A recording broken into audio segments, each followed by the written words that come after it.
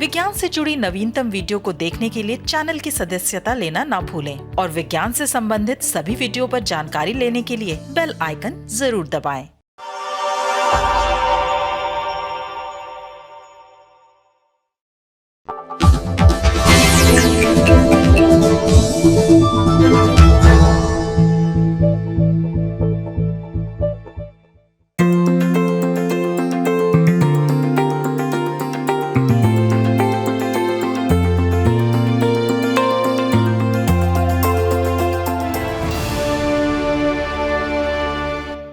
नमस्कार, स्वागत है आपका इंडिया साइंस के खास कार्यक्रम में जिसका की नाम है कोरोना को हराना है। कोरोना संक्रमण होने पर शरीर के जिन अंगों को सबसे ज्यादा नुकसान पहुंचता है उनमें से एक है आपके फेफड़े। इसलिए बहुत जरूरी है कि आज के समय में आपके फेफड़े स्वस्थ हों और मजबूत हों। लेकिन ये होगा कैसे? यही बताने के लिए आज हमारे साथ मौजूद हैं मेदांता अस्पताल में इंस्टीट्यूट ऑफ चेस्ट सर्जरी के chairman doctor Arvind Kumar. Doctor Arvind lung care foundation के फाउंडर ट्रस्टी भी हैं। डॉक्टर अरविंद, आपका स्वागत है इंडिया साइंस चैनल में। इंडिया साइंस चैनल को मुझे इनवाइट करने के लिए बहुत बहुत धन्यवाद और आप सभी के दर्शकों को मेरा सादर नमन। जी डॉक्टर साहब, सबसे पहला सवाल जो मैं आपसे जानना चाहता हूं वो ये है कि आजकल इस तरह की परेशानी बहुत ज्यादा मरीजों में देखी जा रही है कि जब तक लोगों को पता चलता है कि वो कोरोना पॉजिटिव हैं, तब तक फेफड़ों पर कोरोना का असर हो चुका होता है और कई मामलों में तो फेफड़े 20 से 25% तक खराब हो चुके होते हैं। ऐसा क्यों हो रहा है डॉक्टर साहब? अश्विनी जी, जो पिछले साल वेव आई थी और इस साल वेव आई है उसमें काफी सारे फर्क हैं। पिछले साल इन्फेक्टिविटी इतनी ज्यादा नहीं थी। इस साल जो म्यूटेंट है, जो भी वायरस का स्ट्रेन है, ये पिछले साल से कहीं ज्यादा इन्फेक्शस है। एक बात। दूसरी बात कि जो सिम्टम्स हैं इस बार बहुत ही अजीब से हैं। मुझे स्वयं कोरोना हुआ था 1 महीना पहले और मुझे केवल गले में हल्की सी खराश से शुरुआत हुई और एक दिन केवल खराश थी, लेकिन चूंकि मुझे मालूम है तो मैंने तुरंत उसको बड़ा सीरियसली लिया और अगले दिन सबसे पहले अपने को आइसोलेट कर लिया तुरंत मैंने, और अगले दिन आरटीपीसीआर कराया जिससे कि वो पॉजिटिव आ गया। तो आजकल कई बार जो टिपिकल हम कहते हैं कि ये बुखार से प्रेजेंट करता है, तो शुरुआत में बुखार नहीं होता। गला खराब होना, नाक बहना, जुकाम जैसे सिम्टम्स, आंख लाल होना, सर में दर्द, बैक एक, बदन में दर्द, जोड़ों में दर्द, हाथ पैर में रैशेज, लाल लाल चकत्ते से हो जाना, नोजिया, वॉमिटिंग, डायरिया, पेट में दर्द, बड़ी अजीब अजीब सिम्टम्स के साथ प्रेजेंट कर रहा है और 1 2 3 4 दिन के बाद में फीवर आता है। अब इन सब चीजों को कोई कहता है मैंने ठंडा पानी पी लिया था, अचार खा लिया था, दही खा लिया था, कोई कहता है जी मैंने बाहर का खाना, वो कोविड सोचते ही नहीं है और मिक्स करते रहते हैं, घूमते रहते हैं। 2 3 दिन के बाद फिर उनको जब बुखार आता है तब फिर वो आरटीपीसीआर की सोचते हैं, 1 2 दिन आरटीपीसीआर में वेट करते हैं, 2 दिन रिपोर्ट आने में, इस सारे प्रोसेस में 4 5 6 दिन निकल जाते हैं। तो एक्चुअली जो आपका बुखार जो कोविड है वो उस समय एक दिन पुराना नहीं है, वो एक्चुअली 5 6 दिन पुराना है। और कोविड में हम ये जानते हैं कि 90% लोगों को तो देखिए माइल्ड डिजीज होती है, जिनको थोड़ा बहुत लंग इन्वॉल्वमेंट तो होता है लेकिन वो क्लिनिकली सिग्निफिकेंट नहीं होता। उनको सिवाय खांसी के अलावा कोई सांस फूलना या ऑक्सीजन कम होना, ये सारे सिम्टम्स नहीं होते। लेकिन 10 12% रोगी ऐसे होते हैं जिनका लंग इन्वॉल्वमेंट इतना होता है कि उससे उनका ऑक्सीजनेशन अफेक्ट हो सकता है और उनको ऑक्सीजन की कमी हो सकती है और आप सीटी स्कैन करेंगे तो उसमें काफी डैमेज दिखता है। तो अगर आपने शुरुआत के दिनों के सिम्टम्स को मिस कर दिया और जिस दिन आपकी रिपोर्ट पॉजिटिव आई आपने अपना काउंटडाउन वहां से शुरू किया, तो आप तो ये सोचेंगे यार मेरी तो कल शाम को रिपोर्ट पॉजिटिव आई है और आज देखो मेरा लंग खराब हो गए, बट एक्चुअली आपको ऑलरेडी 5 6 दिन हो गए हैं। तो यह एक बहुत बड़ा कारण है कि लोग डायग्नोज होते ही तुरंत लंग के इन्वॉल्वमेंट में चले जा रहे हैं। वो कारण यह है कि डायग्नोसिस लेट हो रहा है क्योंकि सिम्टम्स को लोग समझ नहीं पा रहे हैं। इसलिए हम बार बार कह रहे हैं कि आज के परिप्रेक्ष्य में आपको इनमें से कोई भी सिम्टम हो उसको कोरोना माने और सिम्टम शुरू होते ही अपने को तुरंत आइसोलेट कर ले। आरटीपीसीआर टेस्ट होता रहेगा, रिजल्ट रिपोर्ट की आती रहेगी, लेकिन आपको आइसोलेट करना निहायत जरूरी है, नहीं तो हर व्यक्ति कई लोगों को इन्फेक्शन फैलाएगा। जी, डॉक्टर साहब, और एक चीज़ और बहुत ज़रूरी है ये जानना कि जैसे फेफड़ों में संक्रमण होता है, तो किस हद तक संक्रमण को ठीक किया जा सकता है? कितने % तक अगर फेफड़े खराब होते हैं, उसके बाद उनको ठीक किया जा सकता है? अगर बहुत ज़्यादा संक्रमण फैल गया, तो ऐसी स्थिति में क्या ऑप्शंस, विकल्प हैं हम लोगों के पास? देखिए, ये जो कहना कि कितनी कोई एक परसेंटेज, आजकल क्या है, लोग सीटी स्कैन में एक वैल्यू दी जा रही है उसको, जो जो इन्वॉल्वमेंट की, तो सब लोग अपना अपना ऐसा हो गया है जैसे कि वो किसी एग्जाम के मार्क्स होते हैं कि भाई मेरे 75% आए, तेरे 80% आए, अच्छा तेरा तो 90% आ गया। तो इसी तरह से लोग फोन कर करके एक दूसरे को अपनी काउंट शेयर कर रहे हैं। देखिए, ये काउंट एक रफ असेसमेंट होता है और खाली एब्सोल्यूट नंबर काउंट पर, और मैं आपको बताऊं कि आप सेम सीटी स्कैन अगर 3 अलग रेडियोलॉजिस्ट को दे देंगे तो उसमें काउंट में थोड़ा, एक उसको 4/25 कहेगा, दूसरा 5/25 कहेगा, तीसरा हो सकता है उसको 6/25 करे, क्योंकि इसमें बड़ी सब्जेक्टिविटी है। इतना हार्ड एंड फास्ट रूल नहीं है। और दूसरा, ये एक स्टैटिक चीज नहीं है। आज अगर आपके लंग इन्वॉल्वमेंट 4/25 है तो हो सकता है वो 3 दिन बाद वो ठीक हो जाए, या 3 दिन बाद वो 10/25 हो जाए। तो खाली लंग इन्वॉल्वमेंट का नंबर जो है वो इंपॉर्टेंट नहीं है।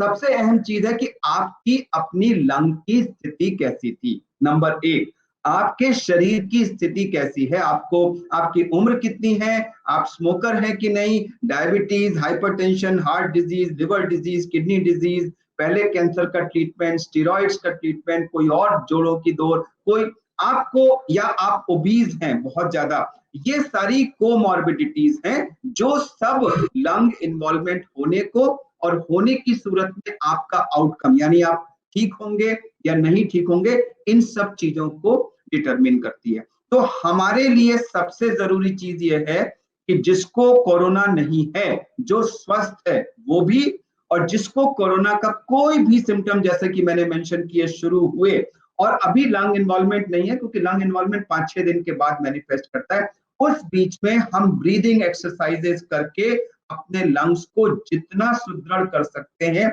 वो करके रखें। अगर हम सब ने अपने लंग्स को सुदृढ़ किया तो न्यूमोनिया होने की स्थिति में ऑक्सीजन की जरूरत पड़ने का चांस कम हो जाएगा, और अगर पड़ेगी भी तो उसकी मात्रा कम होगी और हमारा फायदा होगा।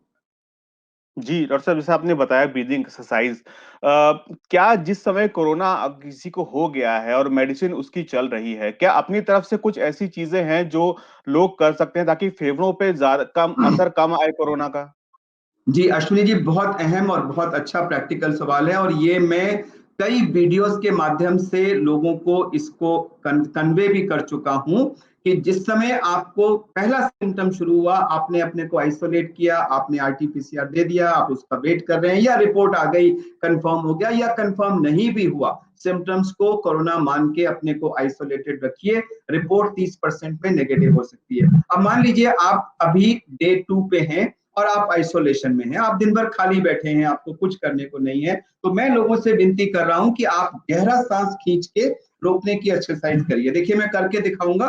मुंह से हम सांस लेंगे और गहरा सांस खींच के छाती को फुला लेंगे, और जितनी देर रोक सकते हैं उसको रोक के रखेंगे। इसको हम ब्रेथ होल्डिंग टाइम कहते हैं। मैं करके दिखाता हूं।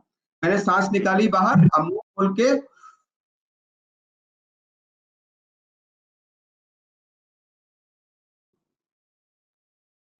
देखिए, मैं तो अभी 5 सेकंड में छोड़ दिया, मैं एक्चुअली 35 सेकंड तक रोक पाता हूं, मैं समय को वेस्ट नहीं करना चाह रहा था। तो हमने मुंह खोल के गहरा सांस खींचा और खींच के बंद कर लिया और उसको रोक लिया।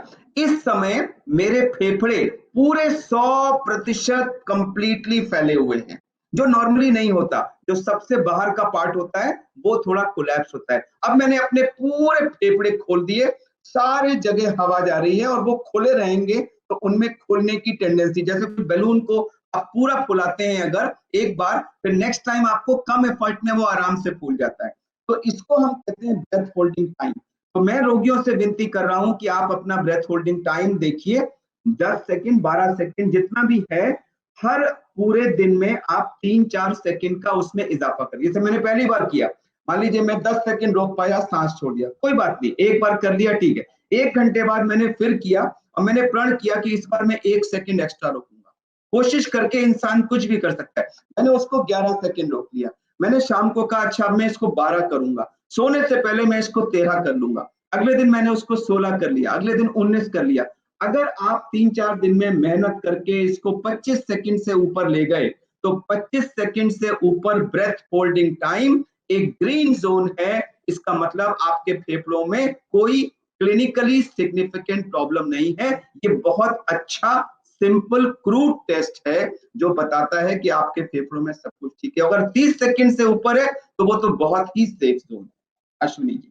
जी डॉक्टर साहब, क्या कोरोना से ठीक होने के बाद भी फेफड़ों पर कुछ असर रह जाता है या फिर फेफड़े कमजोर हो जाते हैं? क्योंकि कई लोगों में इस तरह की शिकायत देखी कि कोरोना टेस्ट रिपोर्ट तो नेगेटिव आ गई, लेकिन उसके 1 हफ्ते बाद या 5 दिन बाद सांस फूलने की या फिर खांसी की दिक्कतें आती हैं। तो ऐसा क्यों होता है डॉक्टर साहब, और उसका क्या कोई इलाज है? अश्विनी जी, आपने बहुत ही अहम सवाल नोट करके रखे हैं। आई एम श्योर ये दर्शकों के लिए बहुत लाभदायक होंगे।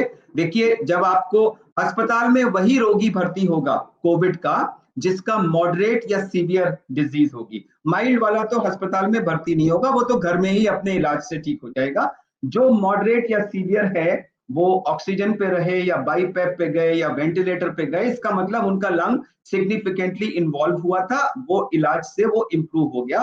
कई लोग जब डिस्चार्ज हो रहे हैं तो होम ऑक्सीजन पे डिस्चार्ज हो रहे हैं, यानी उनका लंग इंप्रूव कर गया है लेकिन अभी भी नॉर्मल नहीं हुआ और उन्हें ऑक्सीजन की जरूरत पड़ रही है। आगे चल के वो लोग भी अगर इस तरह की एक्सरसाइजेस धीरे धीरे, मैं ये नहीं कहूंगा कि आप पहले दिन से अपने को इतना थका दीजिए कि आपका सैचुरेशन नीचे गिर जाए, सैचुरेशन को मॉनिटर कर, ये हम पोस्ट कोविड वाले पेशेंट्स की बात कर रहे हैं। सैचुरेशन को मॉनिटर करते हुए जब आप ऑक्सीजन लगा के, उस समय भी आप ऐसे बैठने की जगह अगर सीधे बैठ के गहरा सांस खींचेंगे तो उससे अगेन आपका लंग थोड़ा ओपन अप होना शुरू होगा और उनको ये चीज धीरे धीरे धीरे धीरे बढ़ानी है कि हर रोज केवल 1 सेकंड का इजाफा अपने ब्रेथ होल्डिंग टाइम में कर ले। मैं इतना बताता हूं कि जैसे जैसे आपका ब्रेथ होल्डिंग टाइम बढ़ता जाएगा, आपकी ऑक्सीजन रिक्वायरमेंट कम होती जाएगी और आपका सैचुरेशन जो है वो बढ़ता चला जाएगा। कुछ रोगियों को कुछ दिन लगते हैं, कुछ को कई हफ्ते लगते हैं, कुछ को महीनों लगते हैं और कुछ लोग पोस्ट कोविड के परमानेंटली ऑक्सीजन पर भी चले जाते हैं। ये सब कुछ डिपेंड करता है कि आपका कितना डैमेज था और उसकी कितनी रिकवरी हुई है। लेकिन एक बात क्लियर है कि ये ब्रीदिंग एक्सरसाइज से कोई नुकसान नहीं होता, आपको फायदा ही होगा धीरे धीरे। अश्विनी जी। जी, जी। डॉक्टर साहब, ये जो ब्रीदिंग एक्सरसाइज़ आपने बताई है बहुत अच्छी चीज़ है जो कोई भी घर पे कर सकता है। मैं ये जानना चाह रहा हूँ कितनी बार इसको करना चाहिए दिन में? क्या कोई ऐसा टाइम होता है या कोई नहीं, वक़्त होता है जब करना चाहिए? हम जनरली क्या देखिए, एक मेन चीज ये है कि थकान नहीं होना चाहिए। ये नहीं हो कि आप एक्सरसाइज करके थक गए, क्योंकि वो फिर काउंटर प्रोडक्टिव हो जाएगा। तो मैं विनती करता हूं कि हर घंटे में एक बार अगर आप कर लें तो वो मेरे ख्याल से लंग्स को ओपन अप करने के लिए काफी है। ये नहीं जरूरी है कि आपने कितनी बार किया, एक बार किया, रियली डीप ब्रेथ लिया और रियली मैक्सिमम टाइम तक रोक लिया, उससे जो आप लंग्स को पावर देंगे वो इंपॉर्टेंट है। So one good deep breath, stop for as much time as possible is all. 1 घंटे में एक बार कर लेंगे तो उससे थकान भी नहीं होगी। और आपको एक और एडवांटेज है कि जब आप इतना गहरा सांस खींच के छोड़ते हैं ना, तो 2-4 मिनट के बाद बॉडी में ना बड़ा एक रिलैक्स सी, नर्व्स को काम करने वाली सूदिंग सी फीलिंग आती है। तो वो एक एडिशनल इससे एडवांटेज है। तो इससे कोई नुकसान नहीं होगा, आपको फायदा ही फायदा होगा। जी। अश्विनी डॉक्टर जी। साहब, क्या खाने-पीने से या डाइट से भी कुछ फ़र्क पड़ता है फेफड़ों पे? और आजकल जिस जी तरह का स्थिति है, कैसा डाइट, कैसा खान-पान हम लोगों का होना चाहिए? जी, दो चीजें मैं यहाँ ऐड करूंगा कि एक तो डाइट जो आपने बिल्कुल सही पूछा, मील्स, और उसके साथ साथ जवाब देते समय मैं एक और बिंदु ऐड कर दूंगा, वो है माइंडसेट। माइंड तो डाइट में हमें हाई, देखिए जब बॉडी में इतना कुछ तोड़फोड़, इतना प्रॉब्लम्स हो चुकी हैं, तो उसकी रिपेयर के लिए सबसे जरूरी एलिमेंट होता है प्रोटीन। तो हमें हाई प्रोटीन डाइट लेनी है। प्रोटीन किस में होता है? जो लोग नॉनवेज खाते हैं तो वो चिकन हो, मटन हो, फिश हो, ये तीनों हाई प्रोटीन सोर्सेज हैं। घी उसमें कम से कम रखें। जो लोग एग नॉनवेज नहीं खाते, एग लेते हैं तो एग में प्रोटीन होता है, आप 2-3 एग पूरे के पूरे ले सकते हैं। जो एग भी नहीं खाते, वेजिटेरियन है, उनके लिए पनीर सबसे अच्छा सोर्स है, या फिर सोयाबीन एक बहुत अच्छा सोर्स है जिसमें 40% हाई बायोलॉजिकल वैल्यू वाला प्रोटीन होता है। तो उसका आटा लें, या उसकी जो न्यूट्री नगेट्स आती हैं, या उसके बिस्किट, या उसका मिल्क, आप सोयाबीन का सेवन करें, या फिर बाजार में प्रोटीन प्रिपरेशन मिलती है, इन सब से आप प्रोटीन ले सकते हैं। चिकनाई अवॉइड करें, मीठी चीजें ज्यादा जैसे केक, पेस्ट्रीज, इस तरह की प्रोडक्ट्स को ना ले, क्योंकि वैसे ही जनरली शुगर्स हाई होती है, शुगर हाई होने से नुकसान होता है। फ्रेश फ्रूट्स लीजिए, फ्रेश फ्रूट जूसेस लीजिए, 2-2.5 लीटर के करीब फ्लूइड्स लेते रहिए। बहुत अहम चीज है कि आप स्मोकिंग ना करें और ड्रिंकिंग ना करें। आपके लंग्स ऑलरेडी डैमेज हैं, अगर आपने सिगरेट का धुआं उसमें फेंका तो वो आग में घी का काम करेगा और आपकी स्थिति को बिगाड़ेगा। तो कृपया स्मोक ना करें, ड्रिंक भी ना करें, क्योंकि वो भी बॉडी इम्यूनिटी को कम करता है। माइंडसेट बड़ा इंपॉर्टेंट है कि आप सोचें कि देखिए आप अस्पताल गए, ईश्वर की कृपा थी, आप ठीक होके घर आ गए। अब अगर आप अच्छा खाना खाएंगे, रिलैक्स करेंगे, मेडिटेशन करेंगे, एक्सरसाइज करेंगे, तो आप ठीक हो जाएंगे। जब शरीर को, मन को विश्वास होता है तो शरीर भी वैसे ही रिस्पॉन्ड करता है। अगर आप छोड़ के बैठ जाएंगे, नहीं नहीं नहीं मैं तो गया काम से, ये तो स्थिति को और बिगाड़ेंगे।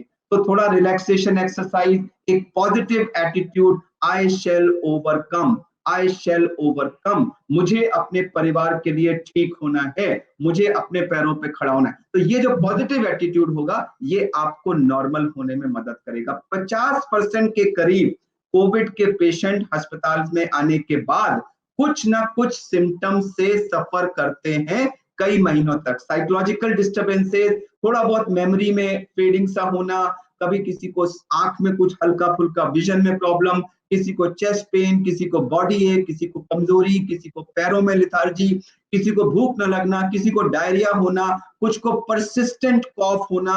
तो 50% लोगों में कोई ना कोई सिम्टम परसिस्ट कर रहा है। लेकिन अच्छी खबर यह है कि समय के साथ, पॉजिटिव एटीट्यूड के साथ, एक्सरसाइज के साथ, हाई प्रोटीन डाइट के साथ, ये सब चीजें धीरे धीरे नॉर्मल हो जाती हैं। अश्विनी जी। जी, डॉक्टर साहब इसी से जुड़ा मेरा अगला सवाल है, आजकल कुछ लोग ज़्यादा ही अपनी सेहत को लेकर के कॉशियस है, तो लोग अपने आप घर में ही विटामिन्स या मिनरल या ये सब गोलियाँ ले रहे हैं। मैं आपसे ये जानना चाह रहा हूँ कि क्या इस तरह से विटामिन्स या मिनरल की गोलियाँ लेने से कोई नुकसान हो सकता है, या लोगों को इस तरह की चीज़ें करनी चाहिए या नहीं करनी चाहिए? देखिए अश्विनी जी, अगर आप एक good nutritious balanced healthy diet ले रहे हैं, तो वो एक अच्छी डाइट में हमारे जितने भी विटामिन की नॉर्मल फिजियोलॉजिकल रिक्वायरमेंट होती है वो पूरी हो जाती है। और उसके ऊपर से एडिशनल चीज लेने, देखिए बॉडी की हर चीज की एक रिक्वायरमेंट है, आप अगर उससे एक्स्ट्रा देंगे तो वो यूरिन या स्टूल के साथ बाहर निकल जाएगी, उससे आपके शरीर को नहीं फायदा होगा, कंपनियों को फायदा होगा जिनकी दवा आप खरीद रहे हैं। तो कुछ दिन तक आने के बाद विटामिन बी कॉम्प्लेक्स, सी वगैरह ले लें, लेकिन उसको लंबे समय तक अनलिमिटेड अमाउंट में, मैंने देखा है कुछ लोग 3-3, 4-4 कैप्सूल, सर अगर हम ज्यादा खा लेंगे तो हम ज्यादा ताकतवर हो जाएंगे। तो मोर द मेरियर वाला कॉन्सेप्ट यहाँ नहीं चलता। सबसे जरूरी चीज है एक अच्छी हेल्दी डाइट। उसके ऊपर अगर आप कुछ हफ्तों तक विटामिन सप्लीमेंट ले लेंगे कोई नुकसान नहीं है, लेकिन मैं बता दूं कि आप नहीं लेंगे तब भी कोई नुकसान नहीं होगा।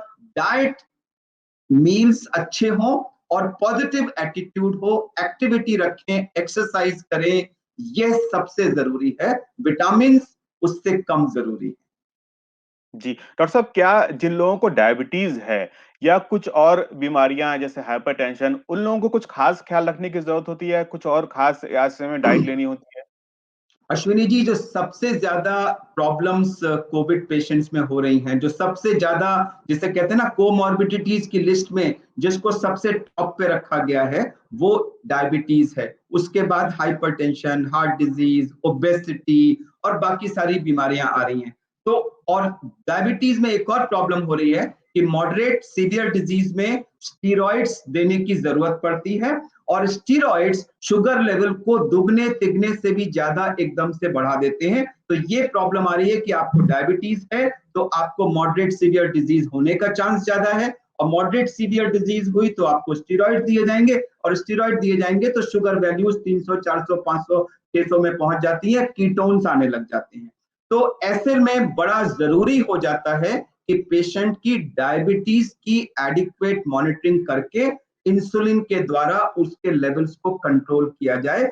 अगर डायबिटीज अनकंट्रोल्ड रहेगी तो वो आगे चल के आपको फंगल इन्फेक्शन और बाकी सारे इन्फेक्शन का चांस बहुत ज्यादा, आपने सुना होगा आजकल बहुत ज्यादा जोर से ब्लैक फंगस की बात उड़ रही है, इसको म्यूकर माइकोसिस कहते हैं, वो सबसे ज्यादा उन डायबिटिक पेशेंट्स में दिखने को मिल रहा है जिनको हाई डोज स्टेरॉइड्स काफी लंबे समय तक दिए गए हैं, जिससे उनकी डायबिटीज आउट ऑफ कंट्रोल। तो ये out of control diabetes and high dose steroids, ये बहुत ही खतरनाक कॉम्बिनेशन है। इन मरीजों को इन्फेक्शंस का खतरा बहुत ज्यादा, इंक्लूडिंग फंगल इन्फेक्शन। तो डायबिटीज को एडिक्वेटली कंट्रोल करके शुगर वैल्यूज को 200 के नीचे रखना निहायत जरूरी है। इसीलिए मैंने डाइटरी एडवाइस में कहा था कि केक, पेस्ट्रीज, जैम्स, ये हाई शुगर कंटेंट वाली चीजों को कृपया अवॉइड करें। जी, डॉक्टर साहब, एक जो मेरा सवाल है ये बड़ा ही ज़रूरी है आज के वक़्त में लोगों को जानना, क्योंकि आज के वक़्त में ऑक्सीजन की डिमांड जो है वो बहुत ज़्यादा हो गई है। लोग खुद से ऑक्सीजन के सिलेंडर, कंसंट्रेटर ये खरीद के अपने घरों पे रख रहे हैं, और जब कुछ दिक्कत होती है तो लोग खुद ऑक्सीजन ले भी रहे हैं, क्योंकि कई बार ऐसा भी होता है कि बेड अवेलेबल नहीं है और कई बार लोग अपनी तरफ से भी ये करते हैं। ऐसे में मैं ये जानना चाह रहा हूँ डॉक्टर साहब कि क्या ऑक्सीजन खुद से अगर ले रहे हैं तो सही तरीका क्या है, और क्या अगर ज्यादा ऑक्सीजन लेते हैं तो क्या वो नुकसान भी कर सकता है, कुछ के इफेक्ट्स भी हैं डॉक्टर साहब?